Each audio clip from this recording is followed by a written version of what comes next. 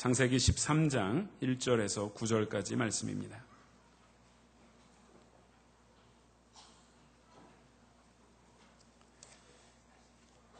본문 말씀을 한 절씩 교독하시겠습니다. 아브라함이 애굽에서 나올새 그와 그 아내와 모든 소유며 롯도 함께하여 남방으로 올라가니 육축과 은금이 풍부하였더라. 그가 남방에서부터 발행하여 베델에 이르며 베델과 아이 사이 전에 장막 쳤던 곳에 이르니 그가 처음으로 단을 쌓은 곳이라. 그가 거기서 여호와의 이름을 불렀더라.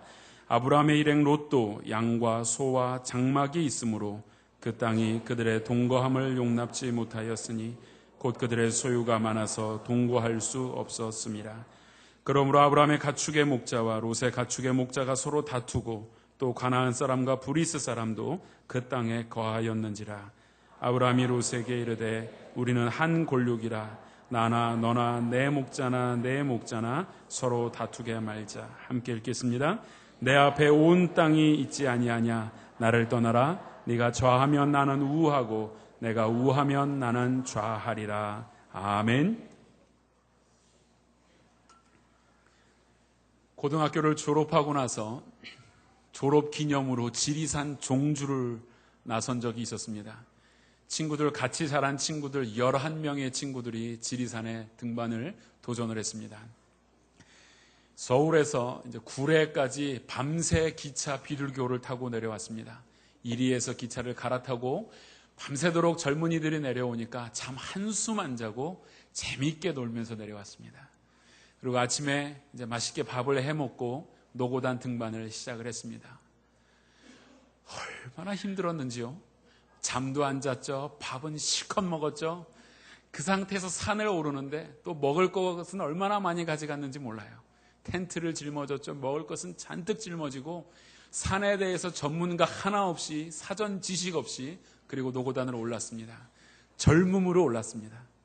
그래서 올랐는데 하루 종일이 걸렸어요. 하루 종일이 걸려서 죽을 고생 다 해가지고 노고단에 드디어 딱 올라갔습니다. 여러분 그때 그 기분 아십니까? 딱 올라갔는데 관광버스가 위에 있는 거예요. 이게 무슨 일입니까? 우리는 노고단은 사람이 걸어서만 가는 곳인 줄 알았어요. 올라가서 보니까 전국 팔도의 할아버지 할머니들이 다 와 계신 거예요. 땀 한 방울 안 흘리고 올라와서 구경하고 있는 걸 봤습니다. 얼마나 절망스럽든지요. 그런데 더 절망스러운 건 우리가 지리산을 종주하기로 했기 때문에 반드시 지리산의 정상인 천왕봉을 가기로 했습니다. 그런데 노고단에 올라가서 표지판을 보니까 천왕봉 42km 써 있는 거예요.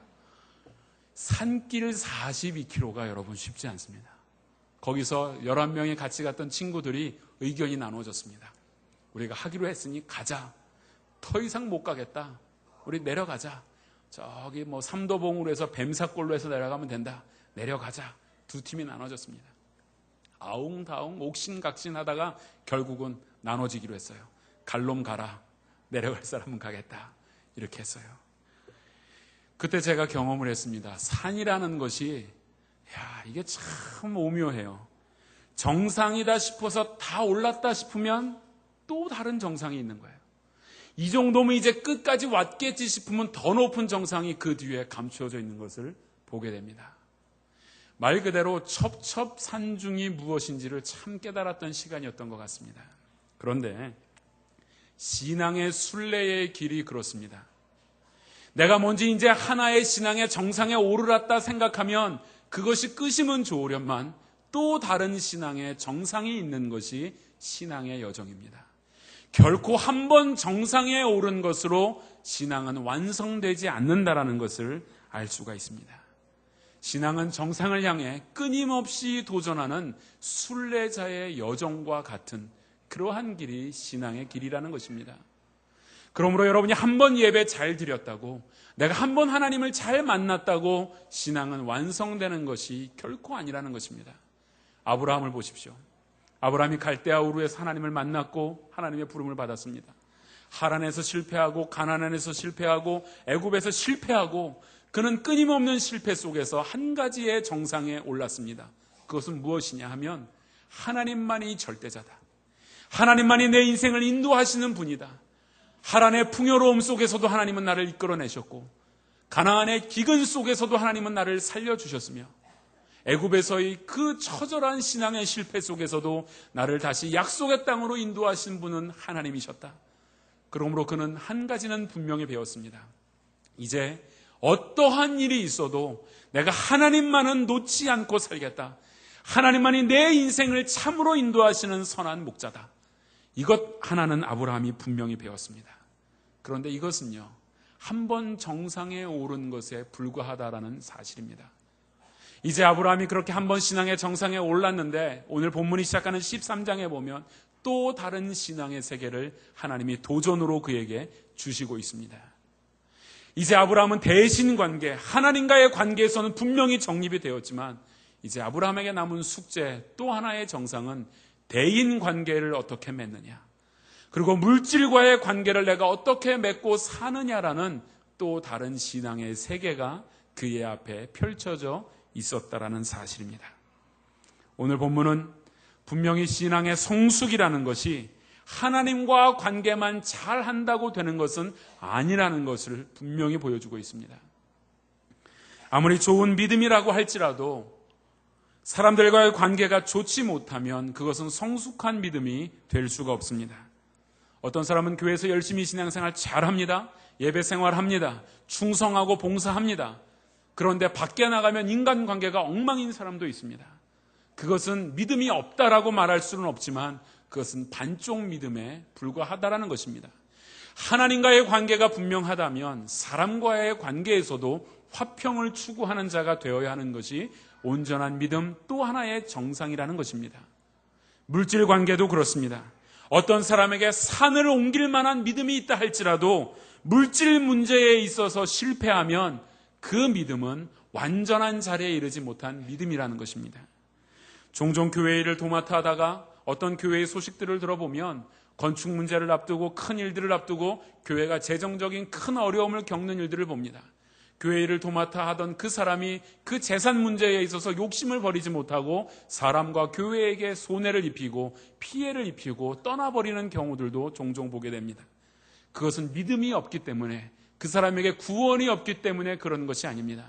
하나님과의 관계는 바르게 되어져 있었지만 그러나 대인관계, 대물관계에서는 온전한 자리에 이르지 못했기 때문이라는 것입니다.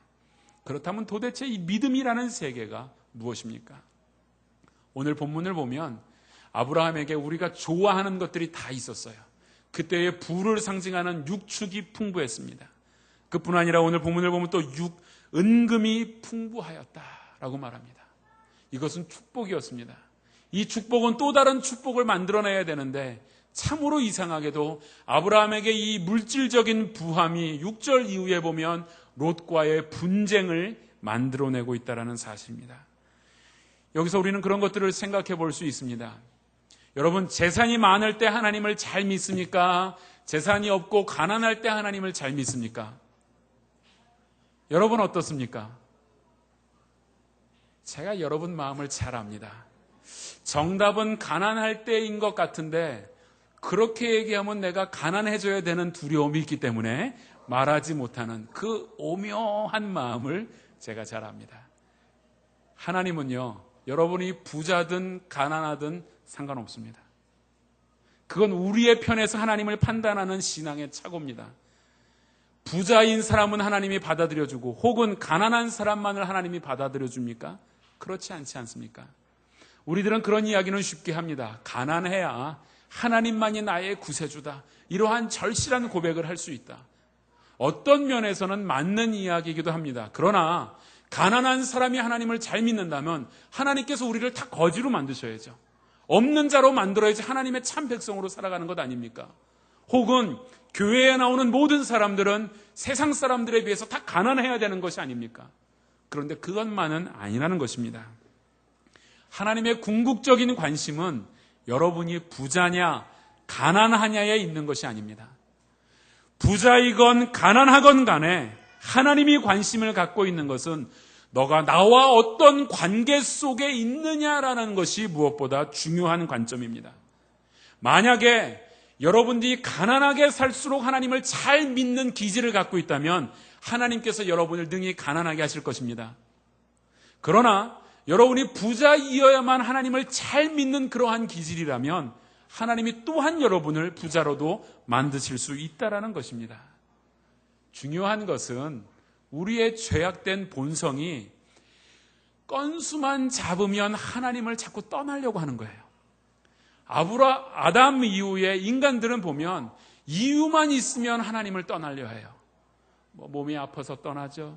마음이 상해서 안 돼요. 사람 때문에 교회 생활 안 해요. 부자여서 안 되고, 가난해서 안 되고, 이래서 안 되고, 저래서 안 되고, 자꾸만 이유를 만들어내는 것을 볼 수가 있습니다. 여러분, 여기에 대해서 잠언 기자는 분명히 이야기합니다. 잠언 30장 7절에서 9절 말씀을 보면 그 잠언 기자가 두 가지 일을 하나님께 구했는데, 첫 번째가 허탄과 거짓말을 내게서 멀리 해달라. 이것은 충분히 이해가 되죠. 예수를 믿는 사람이라면 허탄한 것과 거짓에서 멀어져야죠. 그런데 또 한 가지 구한 것은 뭐냐 하면 나로 뭐하게도 마옵시고 가난하게도 마옵시고 또 하나는 뭐예요? 부하게도 말아달라. 참 희한한 기도를 했습니다. 가난하게 말아달라는 기도는 좀 이해가 됩니다만 부자가 되는 것도 두렵다라고 그는 기도했어요. 왜냐하면 부자가 되어서 내 마음이 교만하여져서 하나님을 모른다 할까 내가 두렵기 때문에 부자가 되는 것도 두렵고, 혹시나 내가 가난하여져서 내가 도적질하여 하나님의 이름을 욕되게 할까도 두렵습니다. 그러므로 나에게 오늘의 필요한 양식을 주시옵소서. 이렇게 기도했다라는 사실입니다. 이것을 볼 때 잠언 기자의 그 고백을 통하여 볼 때 하나님의 관심은 부자나 가난함이 아니라는 거죠. 하나님을 하나님으로, 하나님을 내 인생의 진정한 하나님으로 모시고 살아가는 것, 이것이 더 중요한 관점이라는 것입니다. 그런데 우리가 믿음을 생각할 때 때로는 그 중요한 목적은 잃어버린 채 가난과 부자냐 여기에만 우리의 모든 관심을 빼앗기는 잘못된 신앙의 실수들을 범할 때가 있다는 것입니다. 인간의 본성은요, 가난하던 부하던 이유만 있으면 자꾸 하나님을 떠나려고 해요. 마치 건수만 있으면 공부 안 하려고 하는 학생들과 같습니다. 저도 어릴 때 경험이 있지만 제일 공부하기 싫을 때가 언제냐 하면 공부를 안 하다가 내 스스로 공부의 피로를 느껴서 공부하려고 폼을 딱 잡는데 어머니가 공부 좀 해라. 그때 진짜 공부하기 싫어져요. 여러분 그렇지 않던가요? 우리 얼마 전에 월드컵을 했습니다만 한국이 스위스전에서 분패를 당했어요. 그래서 우리 교회 청년대학부 아이들도 그렇고 많은 사람들이 그때가 보통 6월 되면 시험이 있을 때예요. 학교의 중요한 시험들을 볼 때인데 월드컵 때문에 공부를 잘 못해요. 스위스에 지고 나서 다들 하는 얘기가 억울해서 공부 못하겠다는 거예요. 심판이 어쩌면 그럴 수 있느냐. 억울해서 도저히 공부 못하겠다. 지금 공부할 때가 아니라는 거예요. 그러면 한번 바꿔서 생각해 봅시다. 만약에 스위스전에 이겨서 16강에 올라갔으면 공부했겠습니까? 기분 좋아서 안 하죠. 흥분해갖고 온 나라가 축제인데 혼자 공부방 안에 들어박혀 있겠어요? 어차피 안 하게 돼 있어요. 이겨도 안 하고 저도 안 합니다. 이거 마찬가지예요. 신앙이 그래요. 신앙이라는 게 가난하건 부하건 여러분의 마음의 중심이 중요합니다. 가난한 것 때문에 하나님 못 믿는다면 그거야 말이 되겠습니까? 내가 부자라서 교만하여져서 하나님 못 믿는다면 목적 잃어버린 부함이 아닙니까? 그러므로 우리는 무엇보다 중요한 것은 하나님 앞에서 내 믿음의 중심이 정말 하나님을 향한 목적을 가지고 있느냐라는 것이 무엇보다 소중한 가치라는 것입니다. 그런 면에서 아브라함은요, 성공한 거예요. 아브라함이 하란에서 부자가 됐잖아요. 하란에서 풍부한 것을 경험해 봤습니다. 그뿐입니까? 가나안에 내려와서 뭘 경험했습니까? 기근을 경험했잖아요. 가난도 경험해 봤어요. 애굽에 가서는 또 실패를 경험했습니다. 그런 가운데 아브라함이 깨달은 것, 하나님밖에 없구나.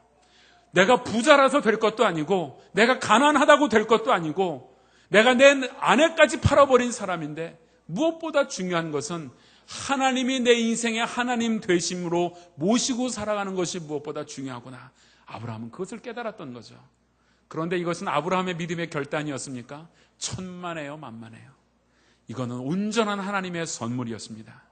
갈대아 우르에 살고 있던 아브라함을 이끌어내신 분도 하나님이셨고 하란에서 주저앉은 아브라함을 이끌어내신 분도 하나님이셨고, 가나안에 기근을 주심으로써 기근 가운데에서도 역사하시는 분이 하나님이라는 것을 깨닫게 하신 분도 하나님이셨으며, 애굽에서 처절한 실패를 하게 하신 분도 하나님이며, 그 실패 가운데 다시 회복해 하신 분도 하나님이라는 사실입니다. 그러므로 아브라함의 믿음의 주요 만들어주신 분은 바로 하나님이셨습니다. 하나님의 계획 속에 아브라함은 철저하게 들어와 있었고, 그 계획 속에 아브라함은 믿음이라는 것을 선물로 받았다는 것입니다. 사랑하는 성도 여러분, 우리 또한 그렇지 않습니까? 갈대아 우르는 세상 속에 있는 우리를 불러내시고 부함이나 때로는 가난함이나 때로는 병듦 속에서, 때로는 어려움 속에서, 위기 속에서 하나님은 끊임없이 역사하셔서 우리 가운데 아름다운 믿음을 선물로 주신 줄로 믿습니다. 우리의 편에서 한 것이 아무것도 없다라는 거예요. 내가 무엇인가를 해서 오늘 이 자리에 나와 있는 것이 아니고, 하나님께서 끝까지 우리를 쫓아오시고 설득해 주시고 하나님께서 열심으로 우리를 찾아주신 그 하나님의 열심 때문에 오늘 저와 여러분이 그리스도인이 되었으며 하나님의 자녀된 권세를 가지고 살아가는 줄로 믿습니다. 오늘 우리가 이 말씀을 통해 볼 때, 자, 이제 본문을 보면요, 아브라함은 하나님과의 관계에서 성공했습니다. 그런데 아브라함에게 문제가 일어났죠. 아브라함이 많은 소유를 갖게 되었어요. 공동생활을 하는데 문제가 발생됐습니다. 목축업을 했는데요, 롯인 조카인 롯이 가지고 있는 많은 양들, 그리고 그 가축들과 아브라함의 가축들이 점점점 불어나게 됐습니다. 그런데 그 지역은 땅이 제한되어져 있었어요. 물도 제한되어져 있었습니다. 이거는 둘 중에 하나가 포기하지 않으면 안 되는 그런 상황까지 왔어요. 처음에는요, 얼마나 사이가 좋았겠습니까? 고생해서 약속의 땅에 와서 축복을 받기 시작했어요. 그러니까 아브라함과 아브라함의 그 목자들이 와서 그랬겠죠. 어이 조카님네들, 니네들 먼저 물을 먹이게나, 우리는 기다릴게. 그러면 또 롯의 목자들은 그 형님이 먼저 하셔야죠. 어찌 그럴 수 있겠습니까? 형님 먼저, 아우 먼저 이러면서 사이좋게 살았을 것입니다. 그러다가 점점 하나님의 축복을 받아서 그 재산이 늘어나기 시작했어요. 이제는 한 사람이 물을 먹이면 그 다음 사람은 물을 못 먹일 형편까지 되어져 버렸습니다. 갈등이 일어났죠. 야, 이젠 좀 자리를 비켜줘야지. 네가 그럴 수 있느냐? 이제 좀 그 정도 했으면 비켜라. 나이도 어린 게 네가 왜 그러냐? 이러면서 이제 싸움이 일어났을 것입니다. 여러분, 결국은 아브라함과 롯의 그 관계에서 물질이라는 것이 들어가면서 아주 심각한 갈등을 겪고 있다는 것입니다. 성경은 분명 그들의 목자들이 그 갈등을 겪고 싸웠지만 그 안에는 주인된 롯과 아브라함의 갈등이 있었다는 것입니다. 우리가 여기서 볼 때 물질을 모으는 것, 소유하는 것 자체는 결코 죄가 되지 않습니다. 특별히 아브라함이 살았던 이 고대 사회, 구약 시대에는 불로소득이라는 것이 없었던 때입니다. 오직 손으로 일한 만큼만 받는 것이기 때문에 구약 시대에서 부자가 된다는 것은 하나님의 축복을 받았다는 하나의 증거이기도 했습니다. 물론 신약 시대는 좀 다릅니다. 신약 시대에는 고리대금업이라는 것도 있고요, 불로소득이라는 것도 있습니다. 어떠한 투기적인 일들로 사람들이 부정적으로 재산을 모으기 때문에 문제가 되기도 합니다. 그러나 중요한 것은 이 물질 자체는 죄가 되지 아니하지만 물질을 잘 관리하지 못하면 반드시 죄라는 것을 낳게 된다는 것입니다. 그래서 사도 바울이 무엇이라 했습니까? 무엇이 일만하게 뿌립니까? 돈을 사랑함이 일만하게 뿌리가 되고, 사람들이 여기에서 미혹되어서 어떻게 돼요? 믿음에서 떠나게 되었다라고 분명히 그렇게 선언하고 있지 않습니까? 더군다나 오늘 본문 7절을 보십시오. 한번 같이 읽어보겠습니다. 13장 7절입니다. 시작. 그러므로 아브라함의 가축의 목자와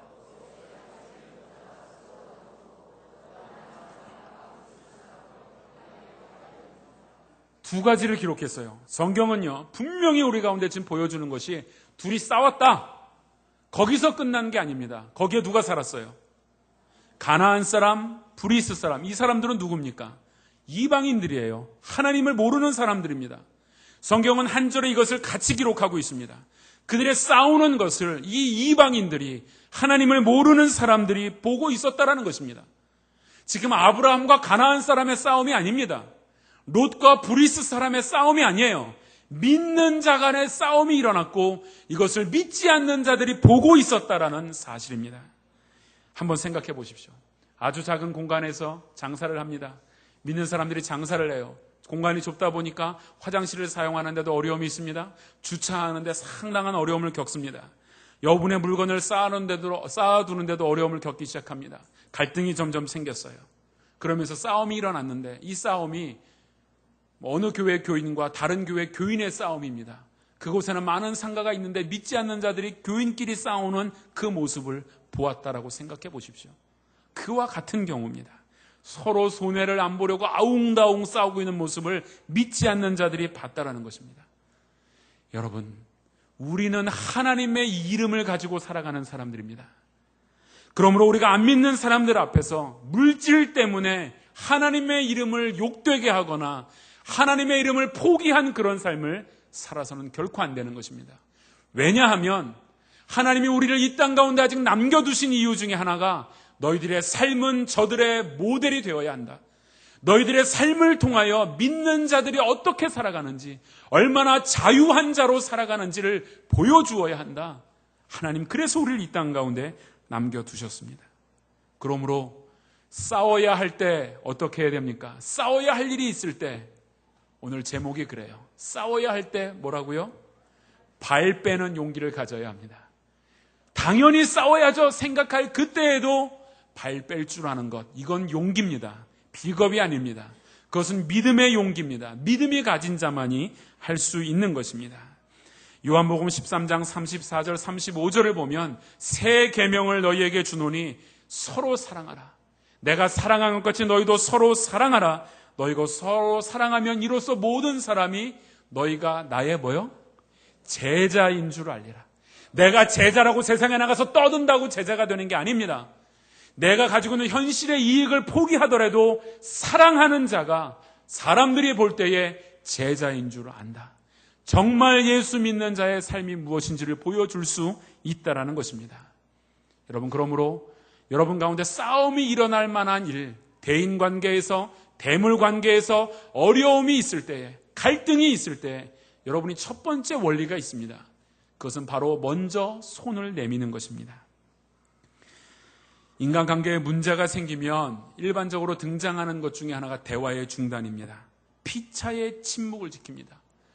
부부 사이에 종종 이런 여러분 냉전을 여러분은 경험한 적이 없습니까? 화가 나면 입 다물어 버려요. 여러분 경험 안 해보셨나요? 저는 경험을 해봤어요. 자주는 아니지만 갈등이 생기면 더 이야기해봐야 시끄러워지고 힘들 거니까 입 다물어 버립니다. 그래서 저희 부부 사이에는 늘 제가 먼저 가서 잘못했어 이 얘기를 해요. 지금까지 그래왔어요. 결혼한 이후에 지금까지 늘 그랬어요. 가서 물어보세요. 진짜라니까요. 그런데 때로는요, 내가 미안해, 내가 잘못했어, 나 하나 보고 와서 나 하나 보고 시집 왔는데 그래 내가 미안해 이렇게 얘기해요. 하다가도 한편은 속으로는 왜 맨날 나만 이래야 돼. 종종 회의도 생겨요. 지가 좀 하면 안 되나. 그런데요, 누군가가 먼저 말을 열지 않으면, 입을 열지 않으면 절대 그 관계가 자연스럽게 회복되지는 않는다는 사실입니다. 오늘 본문을 보십시오. 13장 8절 말씀을 보니까 누가 누구에게 이르되 라고 성경은 분명히 기록해 놓았습니까? 아브라함이 롯에게 이르되. 아브라함이 어른이에요. 롯은 조카입니다. 조카. 지금 롯이 누구 때문에 부자가 됐어요? 아브라함 때문에 부자가 됐어요. 갈대아 우르에서 그냥 그렇게 살아야 될 롯을 아브라함이 끌고 와서 고생도 했지만 지금 이 좋은 부를 누리게 해준 것은 아브라함이었습니다. 그러면 지금 당연히 세상적인 이치로 생각해 보면 롯이 아브라함에게 와야죠. 삼촌, 내가 미안합니다. 삼촌, 내가 잘못했어요. 아유, 삼촌, 내 그 좋은 삼촌이 날 이렇게 만들어줬는데 그 은혜를 모르고 내가 실수했습니다. 이게 정상 아닙니까? 롯은 오지 않았어요. 계속 침묵이, 냉전 시대가 있었습니다. 아브라함이 고민해보던 결과 이래서는 안 되겠다 생각하고 아브라함이 먼저 찾아갔습니다. 저는 이 본문을 묵상하면서 생각해보면 적반하장도 유분수죠. 어떻게 그럴 수 있어요? 이거는 적반하장도 아니고 적반짜장이에요. 말도 안 되는 일이에요. 조카인 롯이 어떻게 아브라함이 먼저 가서 사과할 수 있습니까? 말도 안 되는 일을 한 거예요. 그러나 아브라함이 이렇게 할 수 있었던 이유가 무엇입니까? 하나님을 삶에서 배웠다라는 거예요. 조카 롯은 아브라함만을 보고 쫓아왔지만 아브라함은 말씀으로 나아갔고 그의 많은 실패 속에서 하나님이 우선이다. 내가 물질을 잃는다 할지라도 사람도 잃어서는 안 된다라는 것을 아브라함은 깨달았던 것입니다. 그래서 마태복음 5장 23절 24절을 보니까 그러므로 예물을 제단에 드리다가 거기서 내 형제에게 원망 들을 만한 일이 생각나거든 예물을 제단 앞에 두고 먼저 가서 형제와 화목하고 그 후에 와서 예물을 드려라. 여기서 키포인트가 중요한 단어는 화목입니다. 근데 그 화목을 위해서 전제된 조건이 뭐예요? 먼저 가서. 분명히 성경은 그것을 강조하고 있습니다. 먼저 가서 형제와 화목해라. 기다리고 있다가 형제가 찾아오거든 받아주어라. 이게 아니라는 사실입니다. 신앙은요, 용기가 필요한 것입니다. 대인관계에서 여러분이 참으로 아름다운 화목의 열매를 맺으려면 여러분이 먼저 가야 합니다. 나이와 상관없습니다. 직위와도 상관이 없습니다. 여러분이 그저 말씀 안에 순종하고 정말 하나님을 만난 자로 살아가고 있다면 먼저 가시는 여러분 되시기를 축원합니다. 믿음의 사람은 앉아서 기다리지 않습니다. 믿음은 적극적인 행위를 항상 수반하는 것입니다. 먼저 가서 나의 잘못을 구하고 그 화목을 이루는 것이 하나님이 오늘 우리 가운데 말씀하시는 아주 놀라운 신앙의 비밀이라는 것입니다. 두 번째, 갈등이 있을 때에 시비를 가려서는 절대 안 된다라는 것을 오늘 본문은 보여주고 있습니다. 8절을 보니까 아브라함이 롯에게 이르되 우리는 한 골육이다. 나나 너나 내 목자나 너의 목자나 우리 서로 다투게 하지 말자라고 말하고 있습니다. 우리는 뭐라고요? 한 골육이다. 이렇게 말하고 있습니다. 제가 마음에 좀 못된 마음이 있는 것 같아요. 제가 아브라함 같았으면 어떻게 했을까? 한번 생각해 봤어요. 생각해 보니까 좋아. 롯, 너 이리 와봐라. 내가 땅, 물 줄게. 하지만 분명한 것 하나는 좀 거놓고 시작하자. 이거 내가 양보하는 거다. 이건 원래 나로 인하여 생긴 땅이고 물인데 내가 너에게 주는 거다. 지나가는 사람 100명 다 붙잡고 물어봐봐라. 네가 잘한 게 있나? 네가 분명히 잘못했지만 내가 기마이 쓰는 거다. 이런 식으로 저는 이야기했을 것 같아요. 근데 아브라함은요, 그런 말 한마디도 안 했어요. 그저 이야기한 것은 너와 나는 한 골육이 아니냐. 그러므로 네가 먼저 선택해도 된다. 어떠한 시시비비도 가리지 않았다라는 것입니다. 예수님이 죄인들을 찾아오셨을 때 꼬치꼬치 캐물었습니까? 그들의 죄를 다 들춰내셨습니까? 그렇지 않잖아요. 간음한 여자가 사람들에게 붙잡혀서 죽게 되었을 때 예수님은 죄 없는 자가 돌을 들어 치라고 했습니다. 그때 모든 사람들은 그 시비를 가리지 못하고 떠나갔습니다. 그리고 예수님 역시 나도 너를 정죄하지 않겠다. 다시는 죄 짓지 마라 하면서 그의 모든 것들을 덮어두셨다라는 사실입니다. 베드로는 예수님을 3번 부인했습니다. 부활하신 예수님께서 베드로를 찾아오셔서 무엇이라 말씀하셨습니까? 그저 내 양을 먹여라 이렇게 소명을 주시지 않았습니까? 베드로야, 거 봐라. 내가 너 맨날 기도할 때 졸 때 알아봤다. 그래 맨날 졸더니 내가 닭 3번 올 때 부인한다고 했잖아. 그러면 최소한 닭 울 때만이라도 정신을 좀 차려야지. 그러니 머리가 나쁘지 베드로야. 예수님 그런 말씀 전혀 안 했어요. 부활하신 주님이 도마를 찾아오셨어요. 도마는 계속 의심했어요. 그런 의심한 도마에게 찾아오 예수님 뭐라 합니까? 거 봐라. 네 맨날 숫자 두들기고 주판 두들기고 계산하더니 또 부활한 나를 못 믿지. 그렇게 의심이 많으니까 네가 믿음 생활이 안 돼요. 넌 도마야. 그래서는 안 된다. 너 세상에 가서 도마 장사나 해라. 예수님이 그런 말씀 전혀 안 하셨단 말이에요. 그저 주는 그리스도시고 살아계신 하나님의 아들이고 하나님이며 나의 아버지라는 것을 고백하게 만드신 주님은 절대 시비를 가리지 않았다는 사실입니다. 여러분, 예수님이 말씀하셨던 탕자의 비유를 보십시오. 탕자가 집에 돌아왔습니다. 오면서 그저 나를 품꾼으로 쓰셔도 좋습니다. 이렇게 돌아왔을 때 아버지가 그를 받아들였어요. 잔치까지 열어주시지 않았습니까? 그러면서 혹 아버지의 마음속에 잔치 열어주면서 거 봐라. 네가 나한테서 떼간 재산이 반이면 약 10억을 떼갔는데 네가 그 재산 어디다 썼나 한번 영수증이라도 갖고 와봐라. 어디 가서 카드 깡하고 너 빚져 갖고 온 거냐? 한번 영수증이라도 좀 내봐라. 아버지가 그랬어요? 아무것도 묻지 않으셨어요. 그저 오늘은 잔칫날이다. 손에 가락지를 끼워라. 새 신을 신기고 새 옷을 입혀라. 우리가 함께 소를 잡고 즐기자. 이게 하나님께서 우리를 받으신 것입니다. 하나님은요, 우리의 시시비비를 가려서 구원하신 분이 아닙니다. 하나님은 우리에게 먼저 찾아오셔서 우리를 구원해 주셨습니다. 하나님은 저 하늘의 영광의 자리를 버리시고 이 땅 가운데 찾아오셔서 아직도 죄와 허물 가운데 죽어있는 우리를 어떠한 것도 묻지 아니하시고 그저 하나님의 자녀로 삼아 주셨다라는 것입니다. 저와 여러분은 그 은혜 속에 살아가는 자가 아닙니까? 그렇다면 우리가 그런 예수님을 나의 주인으로 모시고 살아간다면 우리가 시시비비를 가려서야 되겠습니까? 따지기 좋아하는 성격, 원래 천성이 그런 사람들도 있어요. 그러나 이것까지도 고쳐야 합니다.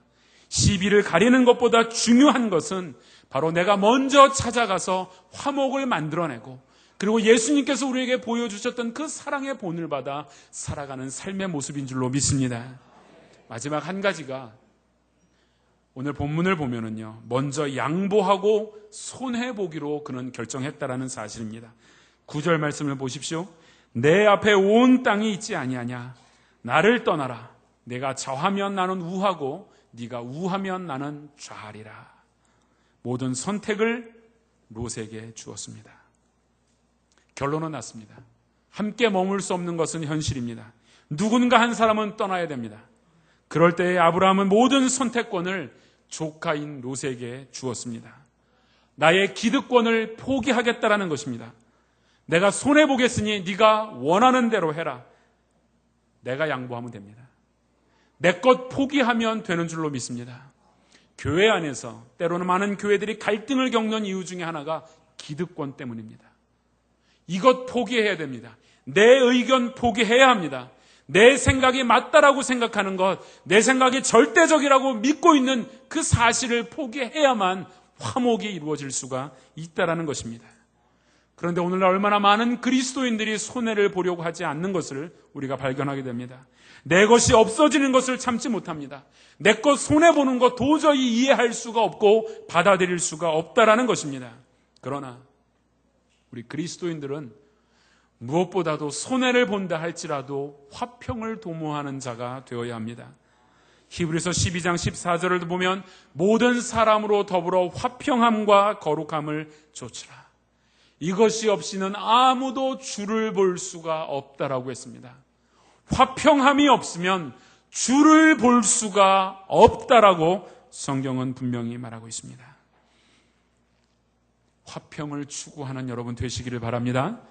여러분 손에 쥔 것 이거 놓을 줄 알아야 됩니다. 외국 사람들을 보니까 서양 사람들은 돈을 세는 방식이 다르더라고요. 돈을 어떻게 셉니까? 서양 사람들은 바깥으로 이렇게 세요. 한국 사람들은 어떻게 세요? 이렇게만 셉니까? 이게 죄송합니다. 이게 무슨 의미입니까? 네 거 돈을 세는데 우리도 모르게 마음속에 내 거 숨 거칠게 쉬면서 내 거 셋 넷. 여러분 우리 동일교회 모든 성도들은 앞으로 돈 세실 때 바깥으로 세시기를 바랍니다. 내 거라고 자꾸 생각하고 움켜질수록 화평은 찾아볼 수가 없는 거예요. 여러분 정말 우리가 화평을 추구하는 자들이 되어야 되지 않겠습니까? 아브라함은 이제 성공했어요. 아브라함을 보십시오. 아브라함은요 십자가의 영성이 무엇인지를 알았습니다. 한번 보세요. 십자가의 모양은 이렇습니다. 수직적으로 하나님과의 관계에서 철저하게 배웠습니다. 그는 하란에서의 풍요로움 속에 실패도, 애굽에서 또한 아내를 팔면서 가나안에서 기근 속에서 여러 과정들을 통하여 하나님만큼은 내가 버리지 않겠다. 하나님의 약속은 떠나지 않겠다라는 이 수직 관계는 분명해졌습니다. 근데 이제 그에게 남아있는 또 한 가지의 과제는 사람과의 관계, 물질과의 이 수평적인 관계가 온전하게 되어야만 하나의 또 정상을 이루게 된다라는 사실이었습니다. 여러분, 정말로 세상에 중요한 것이 무엇인 줄 아십니까? 소유가 아닙니다. 얼마나 많이 가졌느냐가 이 세상의 리더가 되는 것이 아닙니다. 얼마나 많은 소유를 하고 있느냐가 문제가 아니라 얼마나 많은 영향력을 가지고 있느냐가 이 시대를 이끌어가는 사람이 됩니다. 이 영향력은 하나님과의 관계, 사람과의 관계, 물질과의 관계에서 신앙으로 승리한 자만이 갖는 영향력인 줄로 믿습니다. 우리 동일의 모든 성도들은 그 영향력을 소유한 자들이 되기를 축원합니다. 여러분, 하나님 앞에서 참으로 우리가 믿는 자라면 화평을 추구하는 자, 화평을 만들어가는 자의 삶을 살아야 할 것입니다. 우리 동일교회에 오면 모든 성도들이, 모든 새신자들이 느끼는 것이 이 화평이었으면 좋겠어요. 내 것을 기꺼이 포기할 줄 아는 네 것으로 만들어주는 그러한 삶의 모습들, 우리 교회 안에 넘치게 된다면 누구든지 이곳에 오면 오히려 여러분들을 보면서 예수 그리스도의 화평을 발견하게 될 것이고, 여러분의 삶을 통하여 하나님께서 이 땅 가운데 오신 그 놀라운 사랑을 발견하게 될 줄로 믿습니다.